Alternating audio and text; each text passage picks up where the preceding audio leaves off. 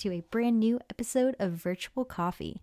My name is Alexa Collier, and on this podcast, I chat with small business owners where we discuss their stories, their journeys, their perspectives, and sometimes I'll do solo episodes where I share what's been on my mind. Now, with me today is Kinder Braley, the founder of Dreams Collect. Dreams Collect supports artisans and children globally by selling the artists jewelry and other homemade items here in the United States. So Kinder works closely with African artisans to bring their work to the U.S., and the money they make selling their work goes back to the local orphanage in Africa to support and feed the children there. Now, Kinder and Dreams Collect's mission is absolutely incredible. It was a pleasure speaking with her and hearing her journey with Dreams Collect. So I just know you'll get a lot out of this episode and learn about another small business that's really changing the world. Now, before we hear from Kinder, as always, I'd appreciate if you could rate and review the podcast on the Apple Podcast app and on Spotify. It helps showcase and promote our small business owners and what they're doing to others and helps them get discovered by other folks who want to support them. You can also follow us along on social media, Facebook, Instagram, TikTok, etc. to see our small business owners and more about Virtual Coffee. It's all at Virtual Coffee Podcast. Thank you so much for tuning in, and I know you'll enjoy this episode with Kinder, so let's get to it.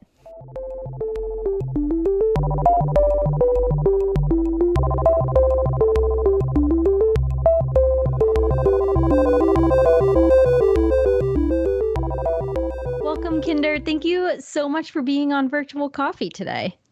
Thank you so much, Alexa, for having me. I really appreciate it.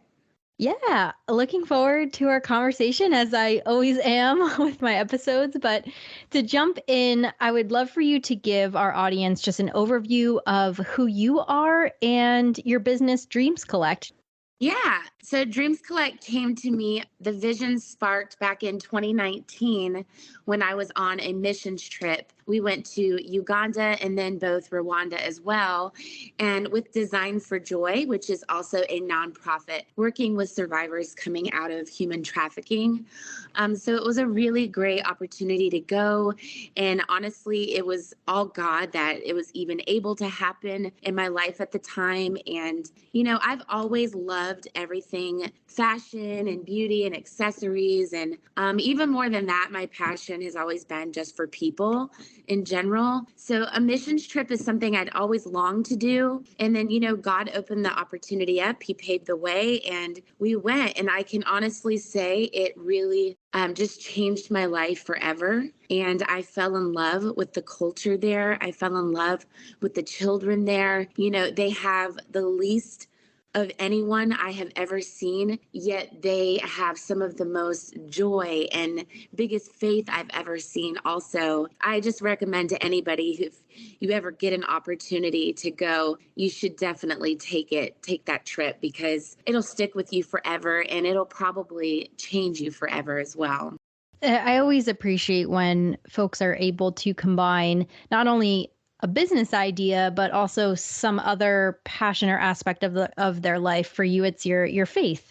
And that's incredible that you're able to combine several areas of your life into one mission, really. So tell me more about Dreams Collect. How did that business come out of that trip? Yeah, so it's really cool the way God operates. So it's like he took all the desires of my heart all the way since I was a little girl and growing up, and he just kind of intertwined it all with the desires and dreams of the heart of the people there as well, which is kind of how I came up with the name Dreams. So it's like our dreams and their dreams all coming together for one purpose and one mission. And the vision started because we were first in Uganda, and I can just say that the children there they're just so special. If you see it firsthand, there's children taking care of children. They have so much, I don't know, they're just so loving. They're just so willing to receive your love. And I love to love on children. So it was really a nice experience. But then when we went to Rwanda, I saw how many talented artisans are there and how much, they don't really have an opportunity to showcase it the way we do here in the States. And, a lot of times when we think African art and African jewelry and those kind of things, typically our mind goes to kind of like one particular style, Mhm. just a lot of the beautiful African colors and the beads and those are really gorgeous as well. But some of the artisans I was able to connect with, they have this whole elegant side to them that we don't really get to see that often. Moses, who's one of my primary artisans that I work with, he is just so talented. He started making jewelry out of old car parts when he was a little boy to put food on his family's table. And so that's a skill that he mastered as he grew up. And now he's a young man who's got a successful shop there in Kigali. And he has designs in Dubai and designs in Europe. And his dream was always to have his work in the US.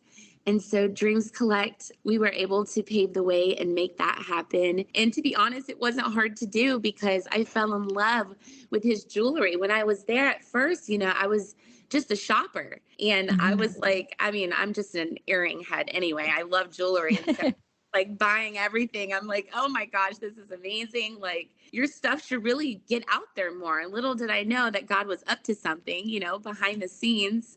But yeah, so it wasn't just Moses. It's really all over Africa that there's these artisans that are in these hidden pockets of Africa that don't get an opportunity to get their work out there. And it's just so beautiful. It's mainstream market product, but they don't get the chance to put it out there. So the vision really all just pieced together perfectly. And the women I went on the trip with, they're already, such amazing powerhouse women who are entrepreneurs. I went with the team of Designed for Joy, Carrie, Heisey, and Kristen, and then Joanne, who is the founder of Five Freedoms Photography, and Cami, who she's a published author and runs a successful coaching business. So I was surrounded by great women, and I think that's important too, to place yourself in a circle of people who are going places or who are already even there where you strive to be.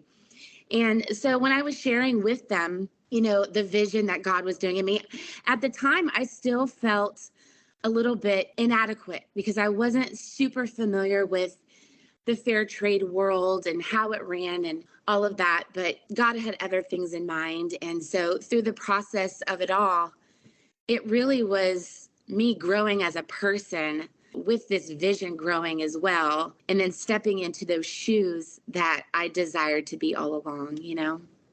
Yeah, no, this is really incredible. And I really want to dive more into your journey, starting with when you were on your trip. How did you first approach the artisans, the artists? Like, how did you start to form that relationship and build that trust with them that you now clearly have?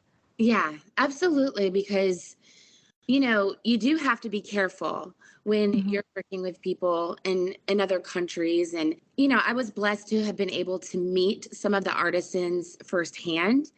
But we've also brought on two additional artisans that I have not been able to meet in person. Wow.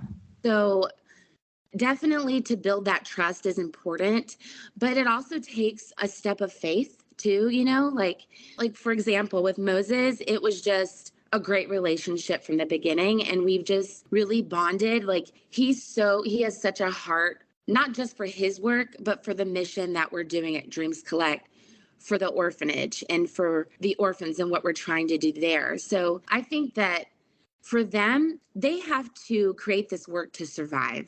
They have Mhm. to create this work to put food on their tables. But the fact, if they can have a business in another country represent them, help them with fair wage, getting the work out there, and then also pouring profits back into their culture, back into where they're from, knowing the importance of it. I think that they just find it to be such a blessing to be a part of Mhm. a mission like that. Whether you are a Christian or not, I've been really just blessed by how many people are willing to support what we're doing. And, the jewelry just happens to be exquisite and unique and not like many other things you see out there. Your mission is so powerful. It's just really incredible. Almost leaves me quite speechless. And you mentioned you're, doing work with the orphanage. Can you tell me more about that? Yeah.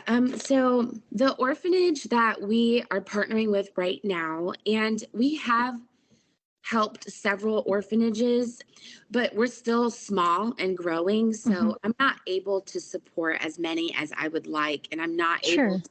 to. So it's important to not get overwhelmed by how much need is out there, because that did happen to me a little in the beginning, because the need is so great in Africa, Hmm. all over. There's such a poverty level there, and a lack and a need, not just for food and support and clean water, but they have such a need for their hope to be restored and to feel like somebody out there really cares about them, because there's so much of this brokenness out there. We see it all the time, online, we see it on social media.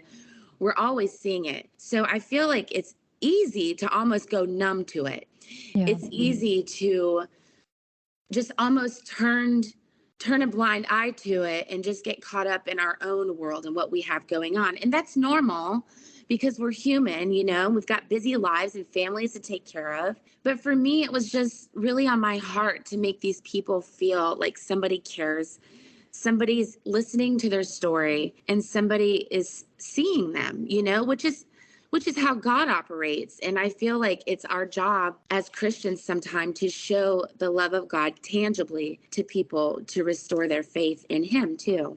Clearly, you have this deep, heartfelt mission and such a purpose and wanting to help others across the world.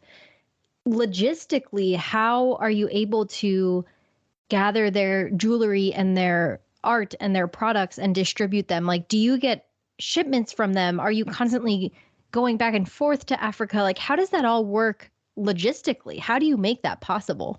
Yes. So since I have not been back since my first missions trip there in Okay. 2019, which I would love to go back. Like it's so on my heart to go back there, and I would like to start planning another trip back there either this year or next year. But so far since we launched, and we're going to be 1 year old in like 2 weeks, so I'm very excited for that. But since we launched, we have been just ordering shipments from the artisans. So, like, for example, the new artisans that we've brought on, that's what I meant when it's like a step of faith. But when you see their work and then you research their history, you can just kind of take that step of faith. And also, like, I'm trusting that God's leading me to the right artisans as well. But yeah, we've just received shipments, and, turnaround time is definitely not like as quick as it would be if I was ordering from here. So, they're the hand makers and they're incredible at what they do, but they have thousands of designs.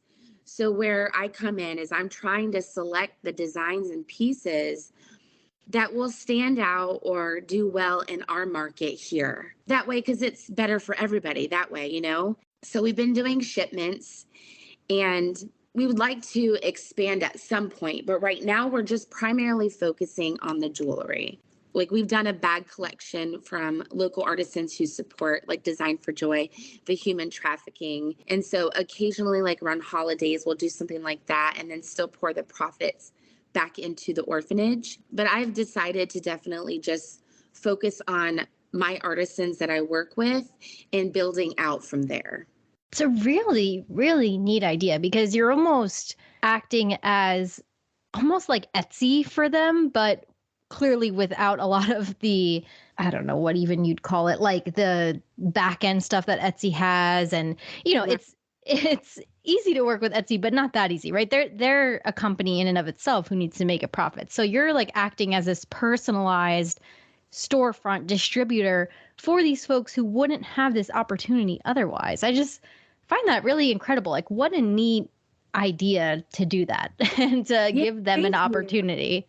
Yeah. Thank you so much. And the cost of taking a trip there, and of what you need while you're there and all of that. It's like, for me, it's almost really difficult because that they could benefit from the money more than they would benefit from you taking a trip there. You know what Yeah, I mean? yeah. But what's really like just sweet and heartwarming is Charles, who is basically a young man, a big kid himself, who's sacrificing his life to take care of, these children. There's 40 children that we're feeding and helping to provide for. And he like cannot wait for me to get back over there and spend time with them. And they don't even care about the money. They really just want me back over there. So that really is just a blessing to my heart. So I really hope to make that happen again soon, because it's important to go physically to build those relationships more as well, but also to just love on the kids because they're just absolutely desperate for it.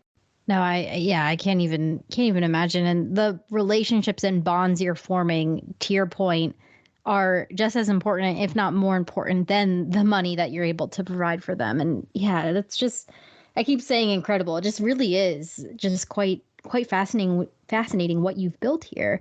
For folks listening, who want to go on your website, what kind of jewelry can they expect? If you can kind of just help us paint a picture, and also where are you able to ship these products?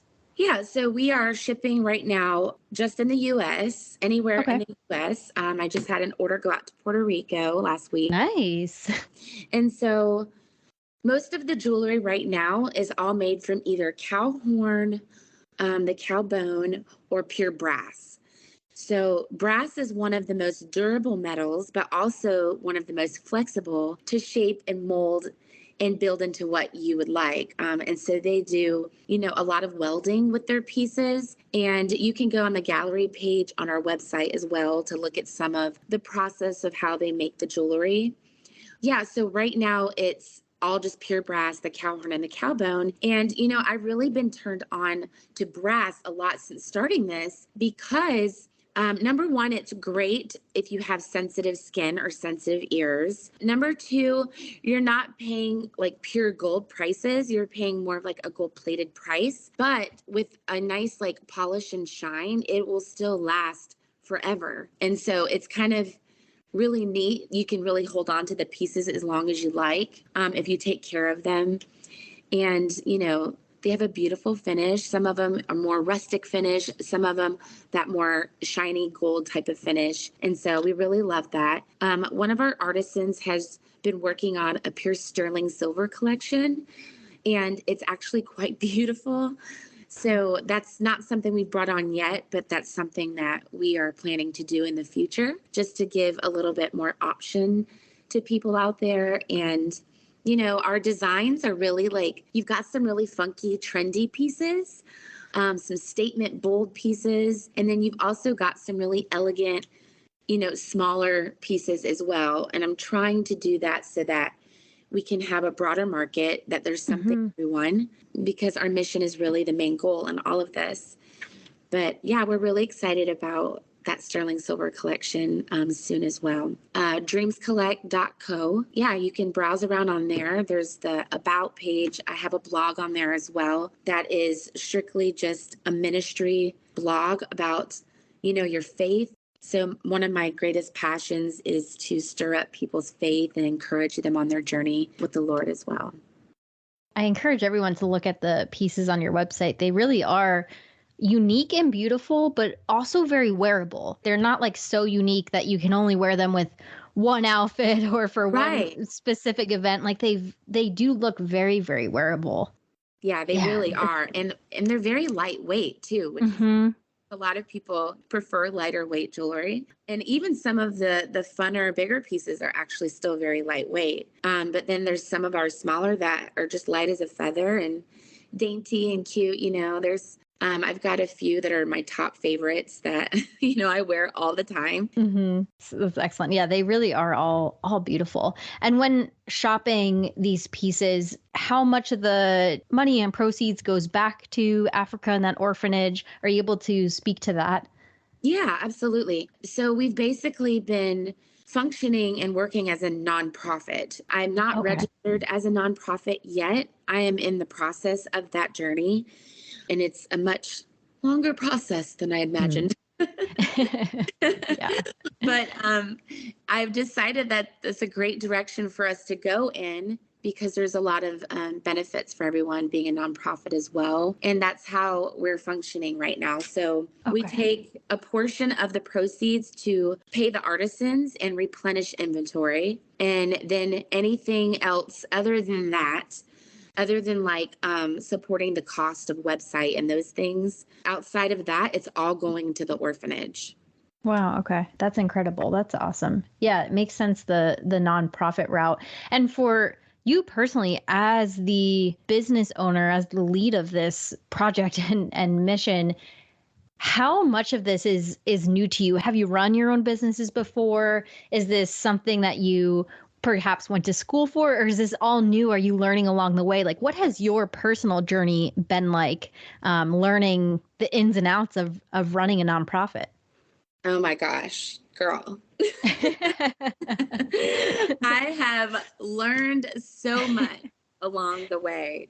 Like, this has really been just a testament to the heart that we have behind it because I knew nothing when I started. That's why at first I was hesitant and I dealt with feeling inadequate or having doubt. But, there's a saying out there that says, don't wait till you're ready to start, just start. Yeah. And I really think that that is so true on so many levels.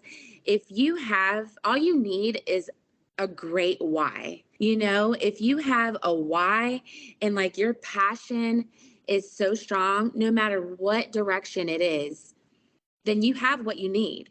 If you have the passion, you have exactly what you need, and you need to just go for it. And I just highly recommend, one of my biggest tips I've learned out of this is do not look at a lot of other businesses and feel like you have to be doing exactly what they're doing to succeed. You have to stay in your lane and focus on what you're doing because it's so easy for comparison to try and climb its way into your thought process. And that's the last thing you need. You need to just be inspired by those around you, be motivated and encouraged by those around you. But other than that, you just stay focused on your why, you stay focused in your lane and what you're doing, and really move at your own pace. Some people, may blow up in a year, and some people may take years to get to a place. And I really think that you get to determine your measure of success. No one else does. And so that's been something I've really held to my heart and clung to on this journey because as long as I'm able to provide and help support these kids and the artisans as well, that's really what our primary focus and message is. It's not necessarily to have 10,000 followers or to Mm-hmm. pull in 100K a year, and that's not our goal. Our goal, we do want to expand, we do want to grow, so that our mission can grow, so that we can maybe have our reach go from 40 children to 400 children. That would be absolutely amazing. And if there was a goal that I had in mind, that would be it right there. And so, I believe with the nonprofit that we're working on launching, my goal is also to connect with other charity organizations. The power of networking just amazes me. And we want to do, clean water systems, help them to purchase things so that they can be sustainable, like, produce market and having goats and chickens and things like that, that it's like where you don't give them the fish, but you teach them to fish type of Mm-hmm. situation. So yeah, that would probably be our end goal. Understood. And yeah, great pieces of advice in there as well.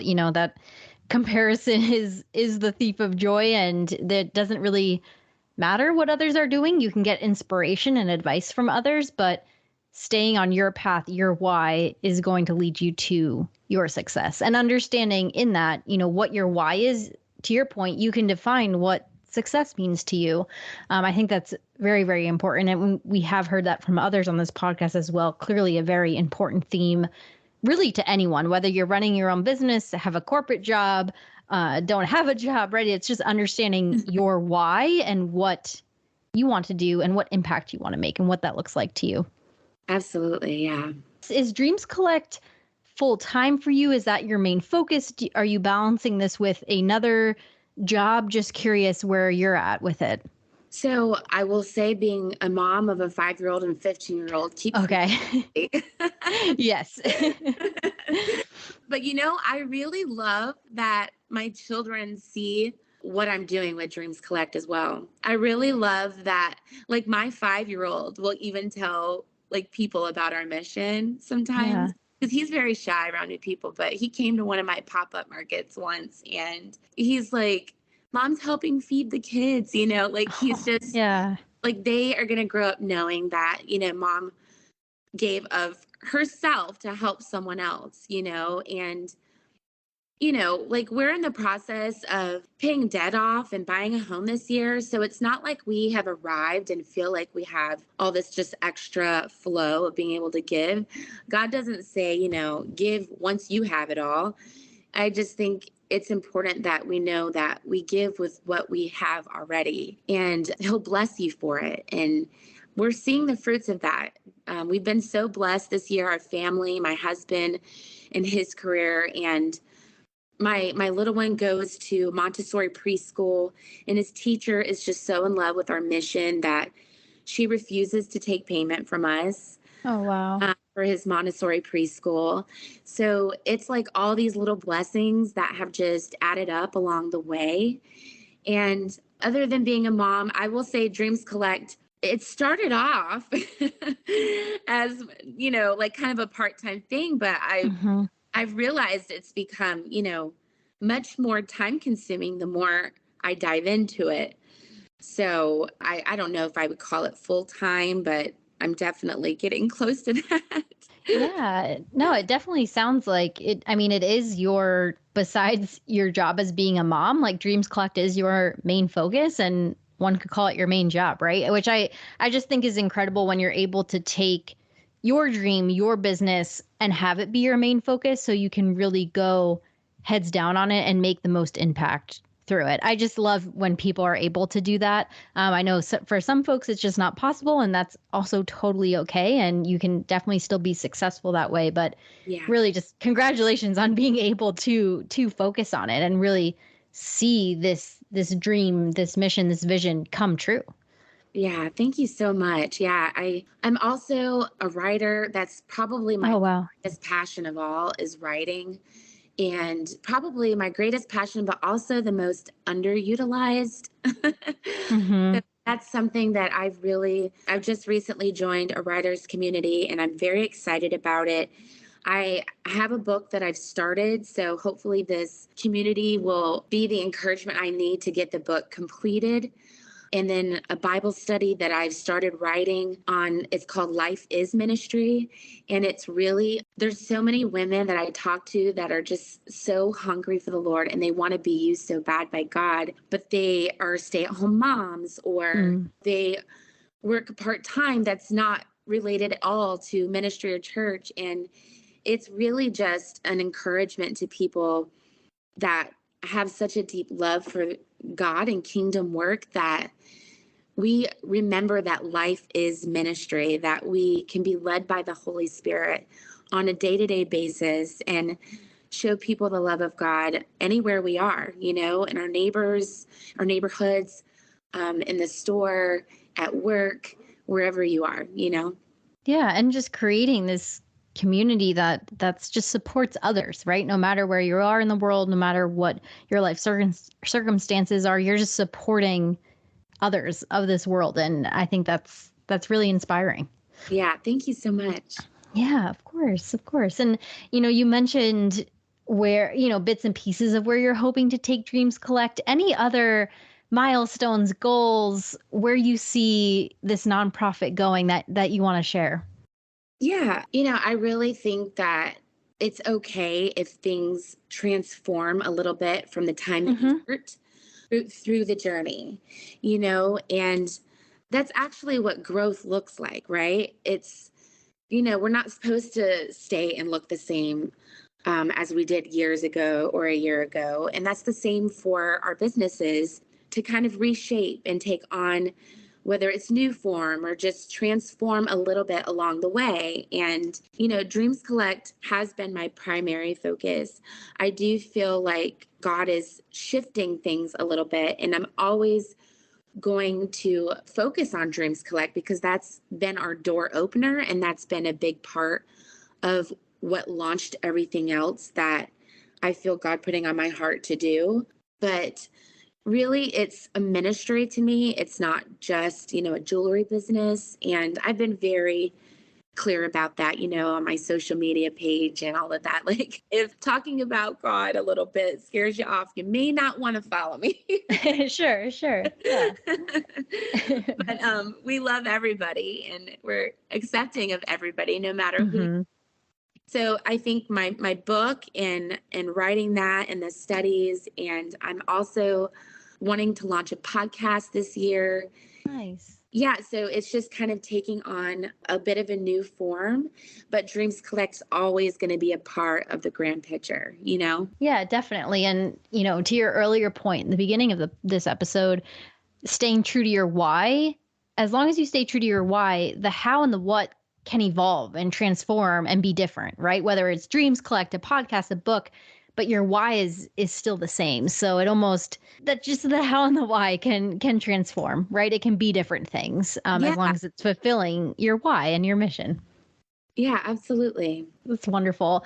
Yeah, it's so lovely hearing your story and about Dreams Collect. And of course, I want to ask the question I end every episode with, which is, in this moment, what is your proudest accomplishment so far? And you can take it from a business or life perspective, however you want to answer that question. Just so far, what has been your proudest accomplishment? Oh gosh. It's a tough one. It is because I've, you know, I really thought about this too, and it's so hard to narrow it down, you know, to one. Hmm. Because my children are obviously my greatest treasure of all.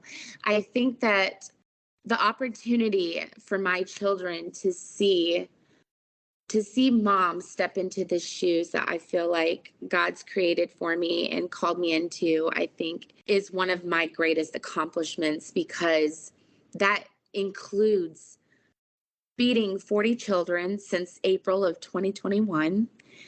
And we've not only been feeding them, but we've helped them with providing some clothes and loving on them, restoring hope in them, making them feel seen and heard.